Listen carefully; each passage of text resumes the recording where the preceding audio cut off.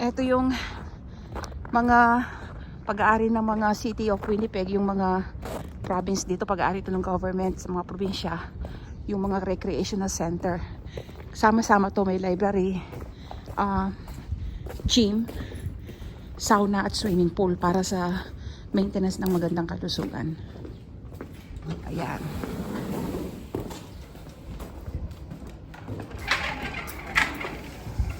Mura lang ito dito kasi nga ini-encourage dito ng government yung healthy living sa mga mamamayan. Pag nga naman mas malusog ka, mas kapag-pakinabang kang mamamayan. Good morning. Sauna and swimming. Oh, where's my card? Just a moment. Okay, I'm just gonna get the list here. Full. Okay. This is your schedule, right? Yeah.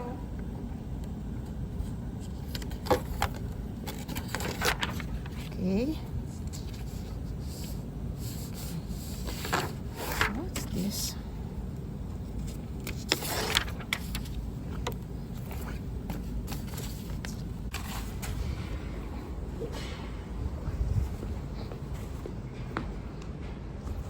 So, kinuha ko yung mga list ng mga prices dito para maipakita ko sa inyo yung mga schedule ng mga activities.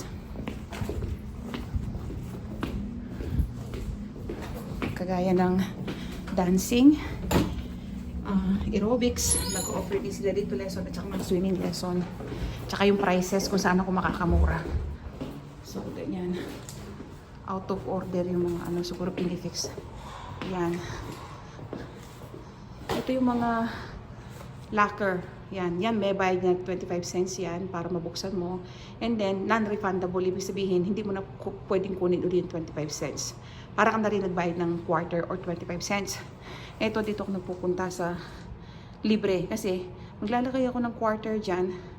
Pero pagkatapos kong gamitin, i-release niya uli yung 25 cents ko. So, libre lang siya, in short. Iilan na lang to. So, para makatipid ako, isipin mo, 3 beses sa isang linggo, 75 cents na yon. Hindi ko ginagamit yan. Ito yung ginagamit ko kung saan may libre. Kaya lang madalas nauubusan tong spot na to. Kaya kailangan maaga kang magpunta. Yan o. Palagi may mga notes dyan. Well-maintained to pag may mga nasirang locker, mga nasirang machine. Tapos, gaya na sinasabi ko, ang Canada ay isang bansang pinapanatili nito ang kalinisan. O, kita nyo, may recycle na naman dyan. At may, para sa mga nabubulok na basura. Ayan, ang dami, per corner. So, paglabas ko doon, may basura, may mga lalagyan naman uli na basura at saka recycling. Pupunta ka ng park, meron din ganon. Pupunta ka ng palengke, yung mga grocery store, meron din ganon. Sa school, ganon. So, ano dito? Disiplinado. Yan, ipapasok ko to para mamaya pa makuha yan pag paalis na ako. Yung quarter ko. Ayan.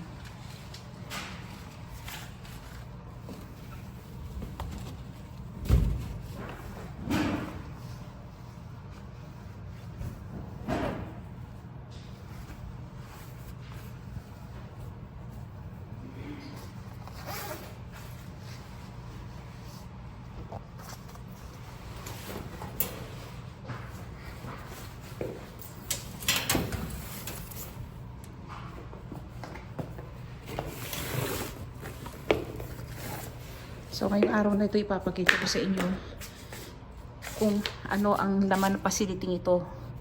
Magkano ang bayad at bakit ito maraming mga ganito sa Canada. Anong purpose. Ayan. So, pero bago yan, magpe-prepare muna ako para sa akin. Ayan, nakapag-sticker na ako. Bawal kasi yung sapatos sa loob. Marumi nga naman, kailangan may mga malinis kang tsinelas para sa loob. Ayan. Ayan. So, ready na. Dito sa Canada, yung gobyerno, ini-encourage nito ang mamamayan niya na magkaroon ng healthy living. Pag sinabi mong healthy living dito, ini-encourage niya na magpunta yung kanyang mga mamamayan sa mga sauna, mag-exercise regularly, mag-swimming regularly, para magkaroon sila ng magandang kalusugan mentally and physically. Kasi nga naman, kapag ang isang tao ay may sakit, usually hindi yan nakakapagtrabaho, hindi yan nakakapaghanap buhay. So, hindi siya nakakapagbayad ng tax niya, di ba? Ngayon, kung ang isang tao naman malusog, mentally and physically, nakakapagtrabaho yan ng maigi. Minsan nga, double job pa yan. O kaya, isang full-time, isang part-time, minsan nga, yung iba, 3 trabaho pa eh. So, mas malaki yung tax na binabayaran nila. So, mas nakikinabang ang gobyerno kapag ang mamamayan niya ay malulusog. Mas nakakapagtrabaho ang mga ito at mas nakakapagbayad ng tax.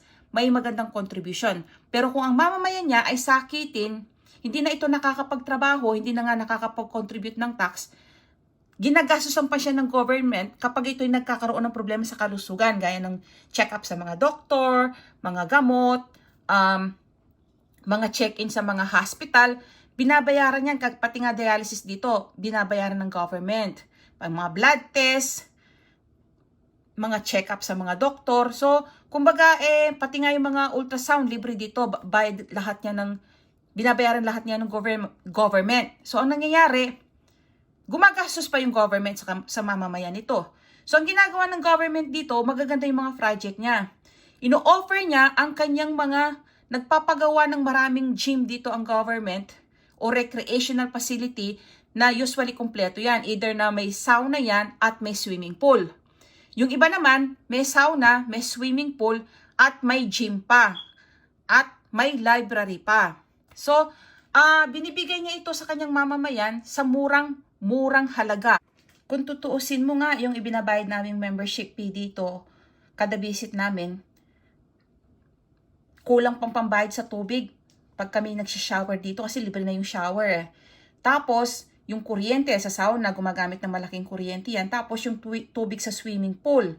Tapos, yung kuryente sa mga equipment ng gym. Kumbaga sa parang lugi pa nga yung gobyerno, pero ang iniisip ng gobyerno, malugi man siya ng konting halaga sa mga entrance fee, ang importante, malulusog ang mamamayan nito at babawi na lang siya kapag malusog ang mamamayan niya, nakakapagtrabaho ito, nakakapaghanap buhay at nakakapag-contribute ng tax. Nagbabayad sila ng tax. Yun ang iniisip ng government dito, which is napakaganda talagang idea, di ba? Napakagandang program. Ito yung mga presyo ipapakita ko sa inyo. Yung mga entrance fee, kung magkano monthly at kung paano ina-encourage ng gobyerno na lalo pang magpunta yung mga tao sa mga gym, sa mga sauna o recreational center. Ito yung mga binabayaran dito para makita nyo kung paano i-encourage ng government dito na magpunta na mas madalas yung mga tao sa recreational, sa mga sauna, sa swimming at saka sa mga gym.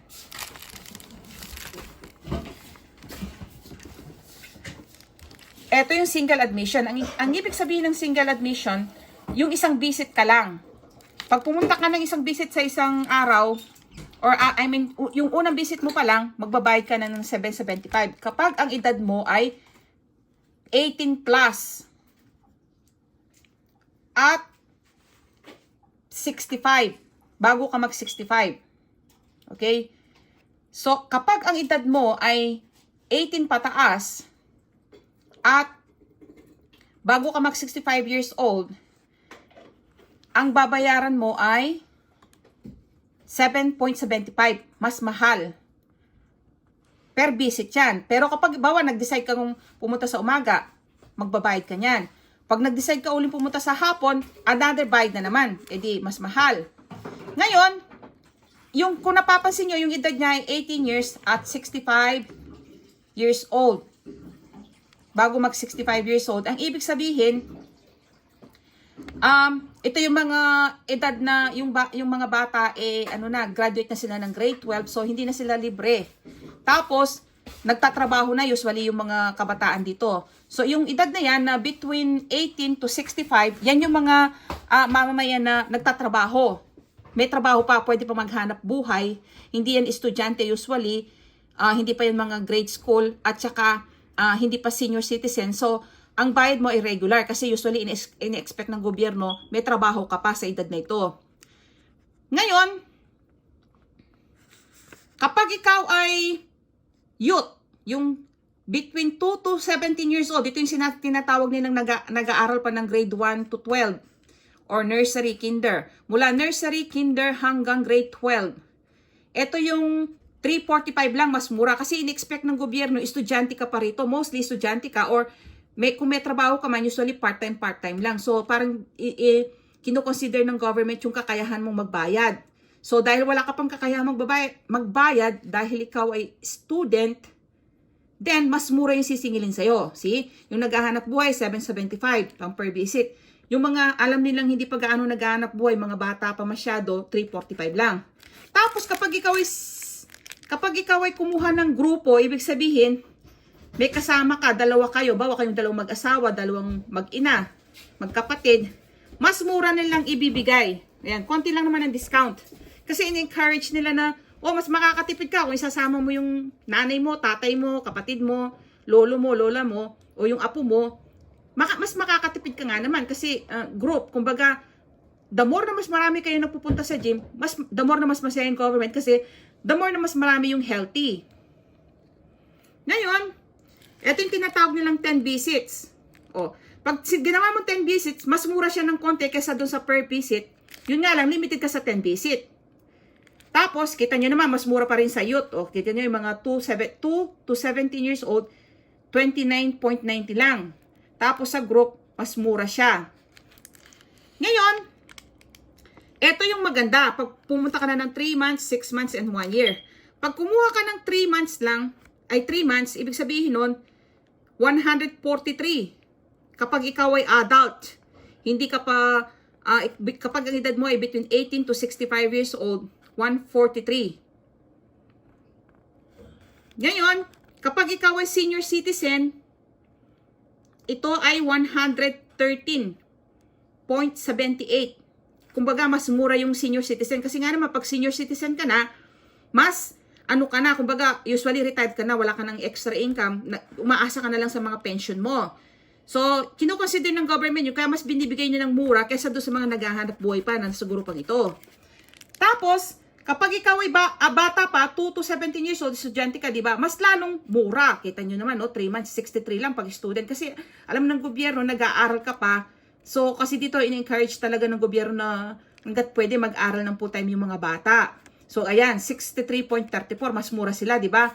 Tapos, makaka-discount ka rin kung grupo. Kumbaga, in-encourage ka ng government na, hoy, magsama ka pa ng, kakilala mo, kamag-anak mo para mas makamura ka. Ngayon, kita nyo naman note dito, sabi niya, buy 6 months or 1 year facility pass and save. So, ini-encourage ng government dito na bumili ka ng 6 months or 1 year kasi yung 3 months, 6 months at saka 1 year, yung 6 months at saka 1 year ay mas mura. Yun ang pinakamura. Ibig sabihin, pag kumuha ka ng 3 months, 6 months, at saka 1 year, ang ibig sabihin niyan, unlimited visit yan. Kahit na 3 beses ka pa magpunta sa isang araw, kahit 5 beses, kahit maghapon ka pa sa gym, sa sauna, at 365 years ka magpunta, kumbaga everyday ka magpunta, wala kang ekstrang babayaran. So, mas malaki ang matitipid mo. Parang in-encourage ng gobyerno na, imbes na magpunta ka lang dito ng paminsan-minsan, why you don't go here everyday? Mas dalasan mo kasi mas mura ibibigay ko sa iyo kung mas madalas ka magpunta ng gym, mas madalas ka mag-sauna, mas madalas ka mag-swimming, para mas malusog ka, nakatipid ka pa, parang ganon. Kaya kung kwentahin nyo siya, pag nakumuha ka ng 3 months, mas mura, di ba? Kaysa dun sa 10 visit lang or per visit. Ngayon, mas mura pa siya, lalo kapag 6 months ang kinuha mo. Tapos, mas lalo pa siyang murang-mura kapag kumuha ka na ng 1 year membership. Unlimited na yan. Araw-araw, linggo-linggo, 5 times a day, o kahit nga maghapon, doon ka na tumira sa sauna, hindi ka nila i-charge ng extra. Yun ang way ng government dito para encourage ang kanyang mamamayan na magpunta sa sauna, sa gym, at sa swimming everyday. Tapos ito pa, kapag isinama mo yung sinatawag nilang family, may discount din yon yung buong family. Kapag family, mas mura. Ayan, group. Mas mura siya pag buong family. So, parang in-encourage ng government na, hey, pag buong pamilya kayo nagpunta, mas healthy, pero dahil dyan, bibigyan ko kayo na mas murang halaga. So, ganyan dito yung government. Talagang ini-encourage niya ang kanyang mamamayan na magpunta sa mga gym, mag-swimming regularly, mag-exercise regularly, at mag-sauna para dumusog sila. So, ang ginagawa niya, binibigyan niya ito ng napakamurang halaga na halos dugi na nga yung government para lang ma-encourage ang mamamayan nito na magkaroon ng healthy living and healthy lifestyle. Yun ang maganda dito sa Canada. So, ito yung iba pang ino-offer ng recreational facility. Nag-o-offer sila ng swimming lesson mula sa pinakabata, mula 1 taon hanggang adult, yung mga matatanda, nagtuturo sila. Tapos, meron din silang mga yoga. At saka yung mga parang ballroom, hindi ballroom dancing, yung sa dancing ba yon? Basta aerobics, dancing aerobics, yung nakikita ko sila nagsasayaw-sayaw eh. Tapos, may mga iba-iba silang lesson na ino-offer. Pati nga yung synchronized swimming, ino-offer din nila. Tapos, yun, may Zumba pa sila. Ayan, may mga Zumba, ino-offer din nila yan. Yoga, kita nyo na, yoga, Zumba, metabolic mayhem daw. Hindi ko alam kung ano to. Pero ano yan, para sa kalusugan lahat yan. Ayan o. So, lahat yan, binibigyan na ng proper schedule at saka nagpiprint sila ng papel at ma-access mo rin siya online. So, binibigyan talaga nilang pagkakataon yung mga mamamayan dito na ma-access nila lahat ng available program ng gobyerno para sa healthy lifestyle and living. Tapos, ito yung sinasabi ko sa inyong, kapag low income yung buong pamilya, meron silang mga bracket dito eh. Kapag ang buong pamilya ay low income lang, napakalit ng kinikita sa 1 taon, yung facility nila nagiging libre sa loob ng 1 taon kapag ang family ay low income. Kumbaga, iniisip ng gobyerno na ay hindi nito kayang magbayad pa ng extra para sa mga recreational na pag-swimming, pag-gym. So, kailangan ibigay ko na lang ng libre para na ma-access nila to at magkaroon din sila ng healthy living and lifestyle. So, yun ang sinasabi ko sa inyo. Yung government dito, kino-consider din niya yung capacity mo magbayad at hindi. So, nagbibigay din siya ng libre doon sa mga mabababa ang income. Ayan, walang tao.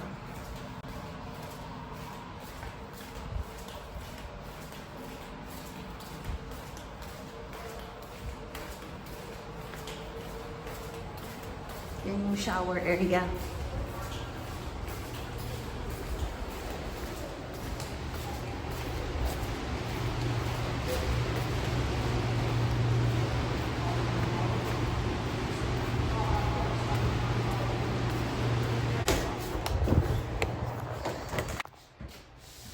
Ayan, yung sauna. Ang init-init dito. Talagang pagpapawisan ka sa init. Ayan. Ayan. So, dalawa yung exit niya. Doon sa labas niya, may isang cold shower pagkatapos mo mag-sauna. At doon sa isang door naman na yun, sa may exit nun, may isang pang shower para sa mainit na shower. So, kumpleto yung facility. Kumbaga, sulit na sulit yung ibinabayad mo. Ayan. Ayan, habang walang tao. Ayan, diba ang ganda? Yan yung upuan.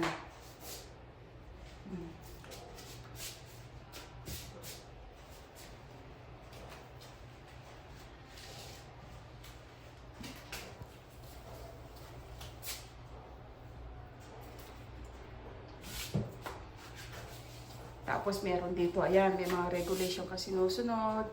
Children under 15 years daw, kailangan daw pag ang bata pababa sa 15 anyos sa edad, kailangan may kasama siyang matanda. Hindi bawal dito yung mga mag-isa lang yung bata. Tapos limit daw yung use mo ng 15 minutes kasi nga para maiwasan yung ma-stroke ka or atakihin ka, ma-overheat ka, ganyan, heat stroke. Tapos huwag daw hawakan yung heater. O di ba? Lahat yung kompleto. Tapos recommend din nila yung mag-shower ka after use Ako hindi ako nagsishower kasi naniniwala pa rin ako sa pasma. Talagang nagpapahinga muna ako bago ako mag-shower or magbabad sa tubig. Tapos pinapalabas ka rin kung ikaw daw ay parang nahihilo, naninikip ang dibdib, or hindi ka komportable, umalis ka daw ng sauna. So may mga warning talaga dito, kumpleto. Maingat ang ano dito, government, pagdating sa mga facility niya. Gusto niya yung mga ano niya, wala sa danger, yung mamamayan, yung citizen. Ayan. So, kita nyo kumpleto. Binibigay lang to sa murang halaga. So, kasi nga, kumbaga, yung binabayad mo dito, parang ano lang, pambayad lang nila ng, baka nga kulang pang pambayad ng kuryente. Kumbaga, ang purpose ng government dito, kasi pag naggaganito ka healthy, di ba? Parang yung mamamayan niya healthy. Pag nga naman healthy ka, nakakapagtrabaho ka. Pag nagtatrabaho ka, nakakapagbayad ka ng taxes mo. So, kumbaga, ikaw ay isang kapakipakinabang na mamamayan kapag ikaw ay malusog. Ngayon, kung ikaw ay may sakit, dahil libre ang karamihan ng medical bills mo dito ay libre, gastos ka pa ng gobyerno. Hindi ka na nga nakakapagtrabaho, gastos ka pa sa gobyerno dahil sasagutin pa niya yung mga ibang doctor's bill mo, yung mga check-up mo, ganyan. Ayan.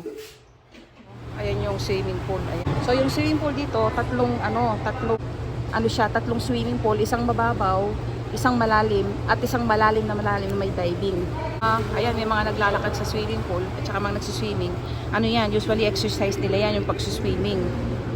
Pero dito, nag-o-offer din sila ng swimming lesson sa mga bata. Kasi in-encourage din dito sa Canada yung mga bata, tsaka pati na rin yung mga matatanda na matutong mag-swimming para sa kanilang safety. Kasi may paminsan-minsan may mga nalulunod dito, iniiwasan nila yon yung may malunod. Kaya yung pag-swimming lesson sa mga bata, ini-encourage nila at binibigay ng gobyerno sa napakamurang halaga na affordable talaga. Ibinibigay nila yung swimming lesson ng 50% off or libre pag ikaw ay low income. Tapos yung mga high income naman or average income na namimit nila yung quota sa income, hindi libre pero ibinibigay ng government sa murang halaga. As in 10 lesson yata, parang 10 lesson, pag natapos yun, nung mga anak ko noon, ano lang, $75 yun. Almost 10 weeks yata nilang ginagawa ng mga anak ko yung ano na yun, swimming valley, or twice a week ganyan. Ang binabayad namin, 75 lang noon. Tapos, meron pang time na libre kami kasi low income kami. Yung anak ko nakapag-swimming lesson na libre, walang bayad. Yung membership dito, maganda yung paraan ng gobyerno para ma-encourage kang magpunta ng madalas. Ini-encourage talaga nila yung kanilang mga citizen dito or mamamayan na dalasan ng pagpunta rito. Ang ginagawa nila, kung ikaw ay kukuha lang ng per visit, bibilangin yon, mas mahal yung babayaran mo. Ngayon, mas murang ibibigay sa'yo kapag away kayo kumukuha na ng quarterly. Yung every 3 months yung membership mo, doon ka magre-renew. Ang ibig sabihin nun, lalo na kung isang taon po yung kukunin mo or kaya 6 months. The more na mas matagal yung kukunin mo membership, the more na mas mura na lang ibibigay sa'yo.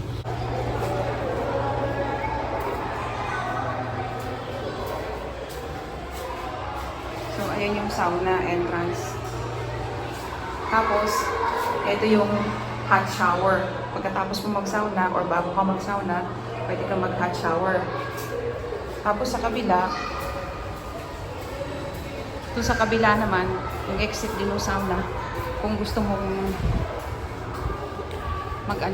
ayan, yung cold shower naman yan dyan. Cold shower pagkatapos mo mag-sauna or bago ka mag-sauna. Yung mga dressing room mo. Yan, ang ganda oh. May mga bench kung saan ka magbibihis. Yan, mga dressing room pa yan. Tapos may mga nagtapo na ng garbage. May washroom. Ito, dressing room pa rin yan oh. Tapos ito yung shower area. Diyan kami nagsha-shower.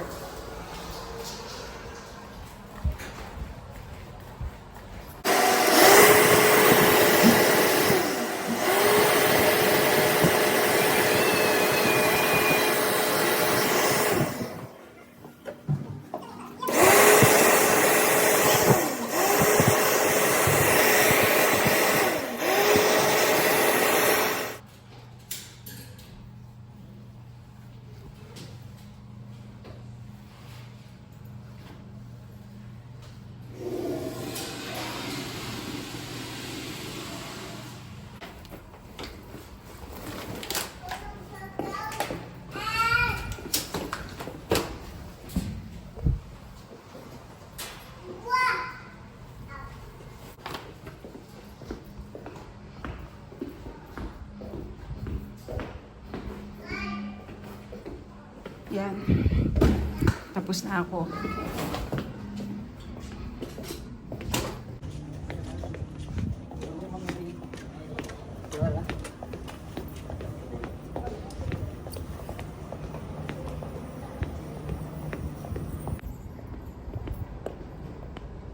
Sandali lang.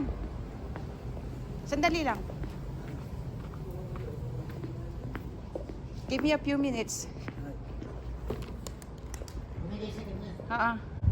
So, ito yung library. Ayan. May kasama ng library yung membership. Yung membership na binabayaran namin, may kasama ng library. Ayan, no, kompleto. May computer. Yan, library. Ang ganda, no? So, close siya ngayon. Ayan. Close. Close kasi Sunday ngayon. So, ayan yung mga hours nila. So, naka-specify dito kung anong oras nakabukas yung library. Ayan, kasama yan sa gym. O, diba? Gym, tapos may library. Ayan. Ganda. Ayan yung library. Maganda siya, no? Kompleto. Hindi siya malaki. Yung library dito malalaki. Ito maliit lang to. Nakikita nyo. Maraming malalaking library dito. Maraming library dito at malalaki. Ayan.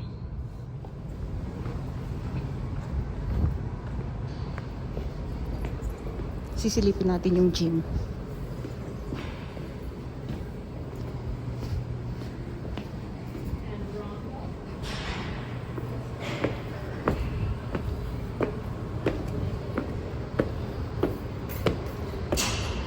Ayan yung gym.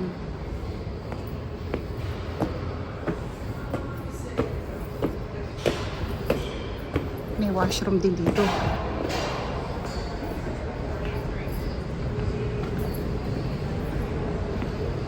Ito.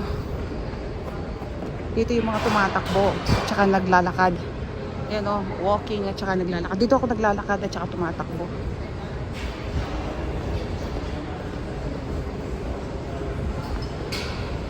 Kompleto yung gym dito.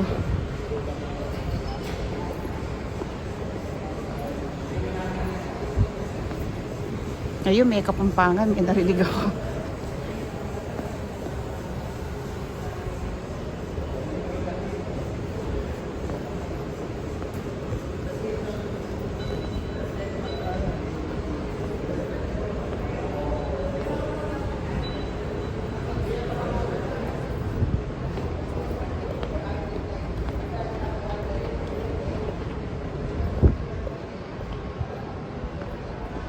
Diba kompleto?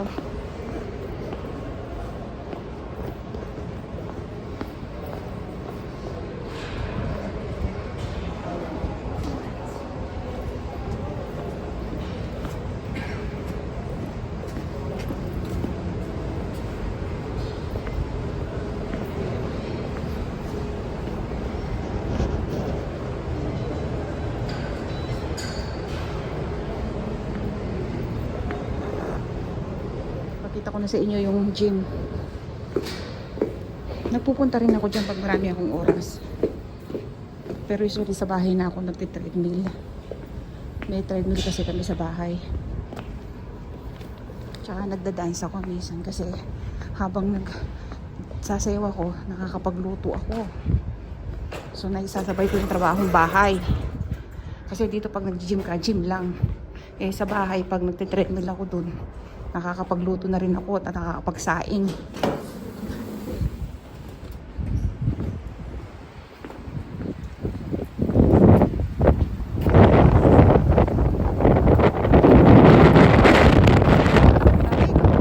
Sinasama ako ng hangin. Ayan, pauwi na kami. So, kung nagustuhan nyo ang aking video, huwag nyo pong kalimutang i-like. At huwag nyo rin kalimutang mag-subscribe